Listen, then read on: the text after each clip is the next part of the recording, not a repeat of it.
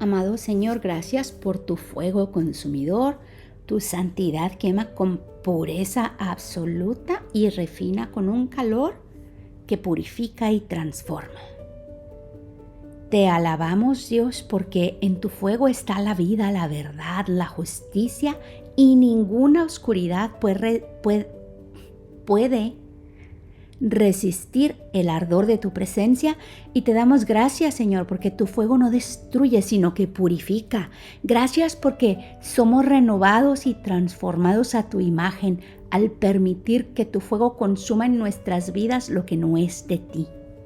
Qué maravilloso es saber que aunque pasemos por el fuego de las pruebas, en ti seremos refinados como el oro y saldremos brillando con tu gloria.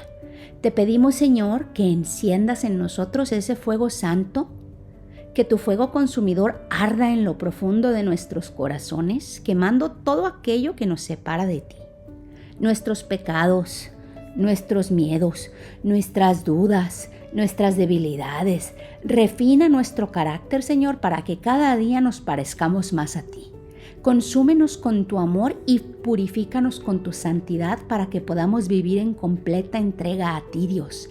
Te pedimos que también enciendas ese fuego en tu iglesia. Que tu fuego santo caiga sobre todos aquellos que buscan tu rostro, consumiendo todo lo que no te agrada y renovándonos con poder.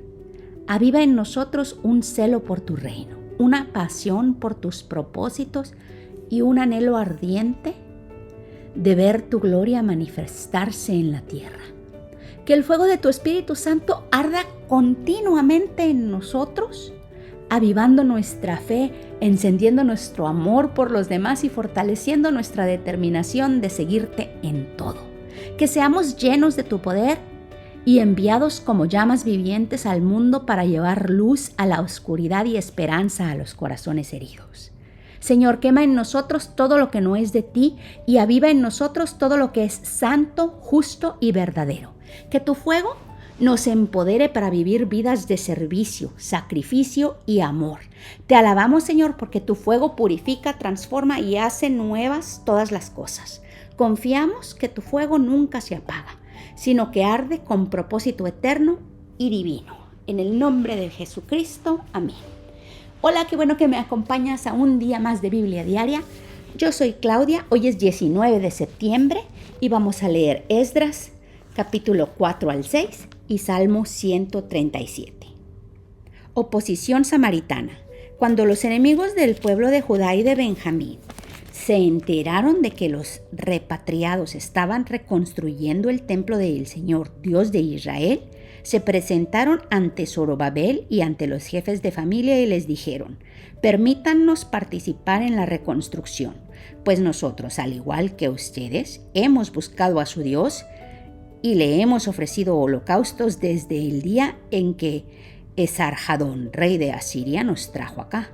Pero Zorobabel, Jesúa y los jefes de las familias de Israel les respondieron: no podemos permitir que ustedes se unan a nosotros en la reconstrucción del templo de nuestro Dios. Nosotros solos nos encargaremos de reedificar el templo para el Señor Dios de Israel, tal como lo decretó Ciro, rey de Persia.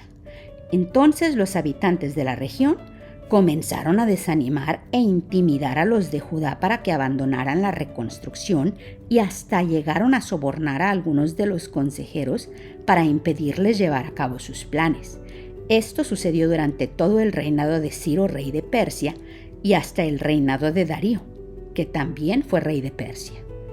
También al comienzo del reinado de Jerjes, aquellos enemigos enviaron una carta en la cual acusaban a los habitantes de Judá y de Jerusalén. Luego, cuando Artajerjes llegó a ser rey de Persia, también a él, Bisalán, Mitraídates, Tabel y sus demás compañeros le enviaron una carta que fue traducida al arameo. Además, el comandante Rejún y el cronista Simsai enviaron a Artajerjes una carta en contra de los habitantes de Jerusalén. La carta decía: el comandante Rejún y el cronista Simsai escriben esta carta junto con sus compañeros, los jueces, gobernadores y funcionarios de Persia, Erech, Babilonia y Susa, es decir, Elam.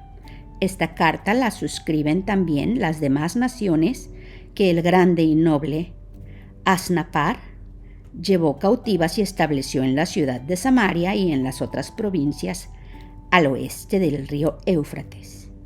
Al rey Artajerjes, de parte de sus siervos que habitan al oeste del río Éufrates. Sepa su majestad que los judíos enviados por usted han llegado a Jerusalén y están reconstruyendo esa ciudad rebelde y mala. Ya están echados los cimientos.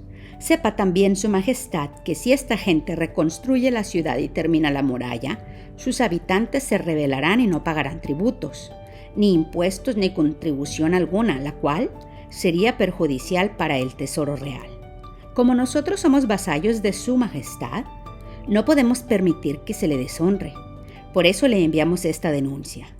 Pida a su majestad que se investigue en los archivos donde están las crónicas de los reyes que lo han precedido. Así comprobará que esta ciudad ha sido rebelde y nociva para los reyes y las provincias, y que fue destruida porque hace ya mucho tiempo allí se fraguaron sediciones. Por eso le advertimos que si esa ciudad es reconstruida y la muralla levantada, su majestad perderá el dominio de la región al oeste del Éufrates.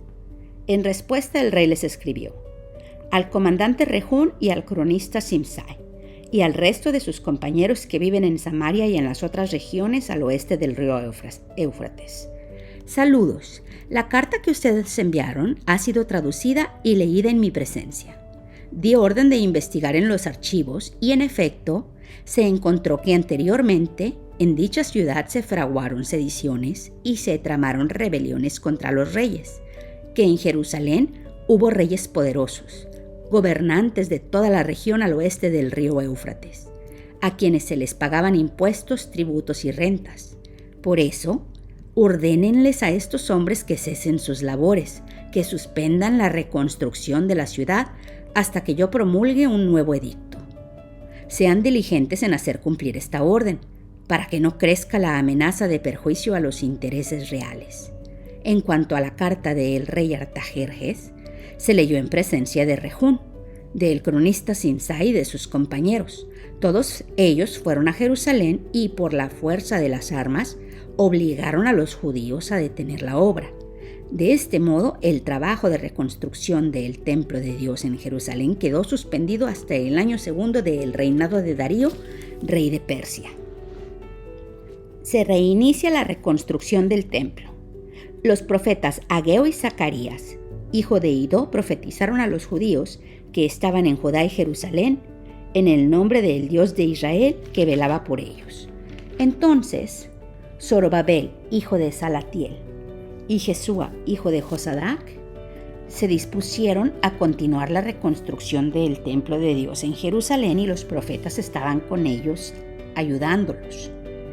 En ese mismo tiempo, Tatenai, gobernador de la provincia del oeste del río Éufrates, y Setar-Boznai y sus compañeros se presentaron ante los judíos y les preguntaron: ¿quién los autorizó a reconstruir ese templo y restaurar su estructura?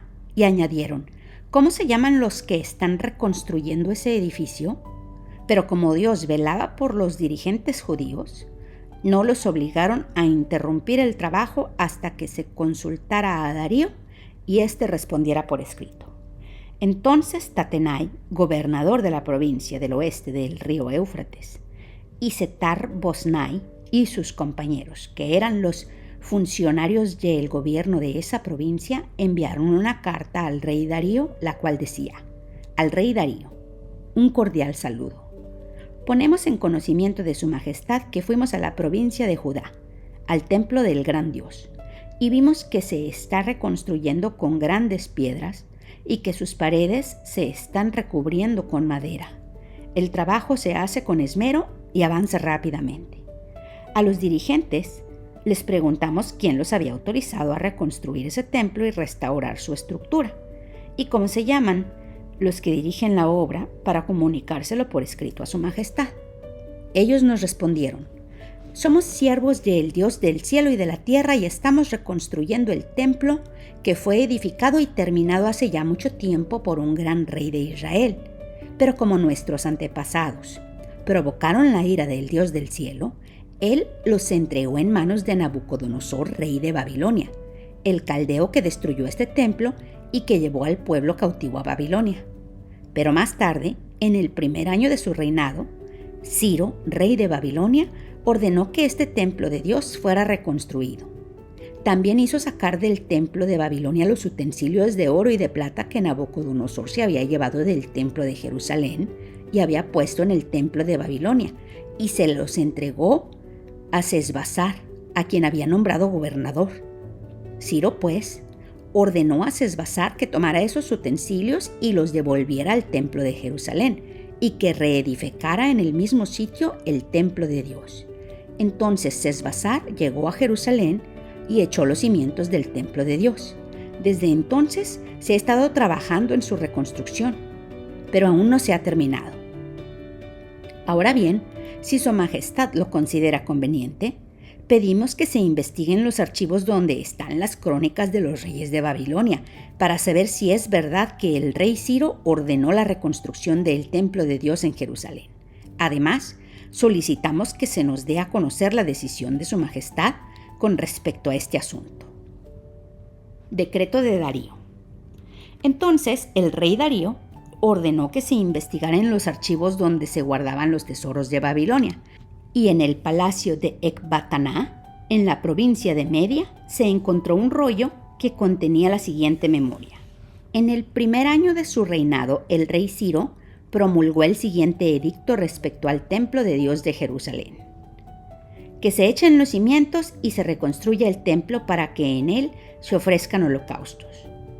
Tendrá 27 metros tanto de alto como de ancho, 3 hileras de piedras grandes y una de madera. Todos los gastos serán sufragados por el tesoro real. Con respecto a los utensilios de oro y de plata que Nabucodonosor sacó del templo de Jerusalén y llevó a Babilonia, que los devuelvan a Jerusalén y que se pongan en el templo de Dios donde deben estar. Entonces el rey Darío dio la siguiente orden a Tatenai, gobernador de la provincia del oeste del río Éufrates, y a Setar Boznai y a sus compañeros los funcionarios de dicha provincia: aléjense de Jerusalén y no estorben la obra de reconstrucción del templo de Dios. Dejen que el gobernador de la provincia de Judá y los dirigentes judíos reconstruyan el templo en su antiguo sitio. También he decidido que ustedes deben prestarles ayuda, sufragando los gastos de la reconstrucción del templo con los impuestos que la provincia al oeste del río Éufrates paga al Tesoro Real. No se tarden en pagar todos los gastos, para que no se interrumpan las obras. Además, todos los días, sin falta, deberán suministrarles becerros, carneros y corderos para ofrecerlos en holocausto al Dios del cielo, junto con trigo, sal, vino y aceite, y todo lo que necesiten, según las instrucciones de los sacerdotes que están en Jerusalén. Así podrán ellos ofrecer sacrificios gratos al Dios del cielo y rogar por la vida del rey y de sus hijos. He determinado asimismo que a quien desobedezca esta orden lo empalen en una viga sacada de su propia casa y que le derrumben la casa, que el Dios que decidió habitar en Jerusalén derribe a cualquier rey o nación que intente modificar este decreto o destruir ese templo de Dios. Yo, Darío, promulgo este decreto. Publíquese y cúmplase al pie de la letra. Terminación y dedicación del templo. Entonces Tatenai, gobernador de la provincia al oeste del río Éufrates, y Setar Boznai y sus compañeros cumplieron al pie de la letra lo que el rey Darío les había ordenado. Así, los dirigentes judíos pudieron continuar y terminar la obra de reconstrucción conforme a la palabra de los profetas Ageo y Zacarías, hijo de Iddo. Terminaron, pues, la obra de reconstrucción según el mandato del Dios de Israel, y por decreto de Ciro, Darío y Artajerjes, reyes de Persia, la reconstrucción del templo se terminó el día 3 del mes de Adar en el año 6 del reinado de Darío. Entonces los israelitas, es decir, Los sacerdotes, los levitas y los demás que regresaron del cautiverio, llenos de júbilo, dedicaron el templo de Dios. Como ofrenda de dedicación ofrecieron a Dios 100 becerros, 200 carneros, 400 corderos y 12 chivos, conforme al número de las tribus de Israel, para expiación por el pecado del pueblo. Luego, según lo que está escrito en el libro de Moisés, instalaron a los sacerdotes en sus turnos y a los levitas en sus funciones para el culto que se ofrece a Dios en Jerusalén. Celebración de la Pascua. Los que regresaron del cautiverio celebraron la Pascua el día 14 del mes primero. Los sacerdotes y levitas se habían unido para purificarse y ya estaban ritualmente limpios. Mataron el cordero pascual por todos los que habían regresado del cautiverio, por sus compañeros los sacerdotes y por ellos mismos. Los israelitas que regresaron del cautiverio comieron la Pascua junto con los que se habían apartado de la impureza de sus vecinos para seguir al Señor, Dios de Israel. Durante 7 días celebraron con mucho gozo la fiesta de los panes sin levadura, porque el Señor les había devuelto la alegría y había hecho que el rey de Persia los ayudara y permitiera reconstruir el templo del Dios de Israel. Salmo 137. Junto a los ríos de Babilonia nos sentábamos y llorábamos al acordarnos de Sión. En los álamos que había en la ciudad colgábamos nuestras arpas. Allí los que nos tenían cautivos nos pedían que entonáramos canciones. Nuestros opresores nos pedían estar alegres. Nos decían, cántennos un cántico de Sión. ¿Cómo cantar las canciones del Señor en una tierra extraña? Ah, Jerusalén, Jerusalén, si llegara yo a olvidarte, que la mano derecha se me seque. Si de ti no me acordara, ni te pusiera por encima de mi propia alegría, que la lengua se me pegue al paladar.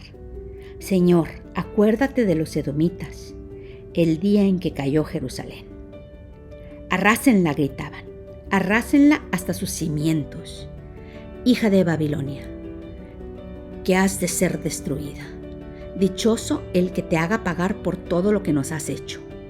Dichoso el que agarre a tus pequeños y los estrelle contra las rocas. Celebran mucho los israelitas ahora que no solamente están celebrando la Pascua, sino que la están celebrando con holocaustos que pueden ofrecer en el templo del Señor que ellos mismos han reconstruido. No solamente eso, la han reconstruido por orden de los babilonios, del rey Artajerjes, del rey Ciro y del rey Darío, y subsidiado por ellos mismos, porque no solamente Dios da la orden, sino que provee cómo lo van a hacer, da las instrucciones, los capacita y los equipa. Padre, de la misma manera en que lo hiciste con los israelitas que regresaste del exilio, Señor, de esa misma forma nosotros te pedimos que en cuanto nos des una instrucción, Padre Todopoderoso, nos capacites y nos equipes para llevarla a cabo. Que no nos quepa duda de que eres tú quien nos está hablando, porque nos das la habilidad y nos das los medios necesarios para llevar a cabo el plan que nos estás encomendando. Alabado sea tu nombre y bendito sea tu santísimo reino por siempre y para siempre. Amén. Eso es todo por hoy. Qué bueno que me acompañaste. Te amo. Dios nos ama y oremos para que perdone nuestros pecados, nos bendiga, nos proteja, nos prospere. Y si Dios quiere, aquí te espero mañana.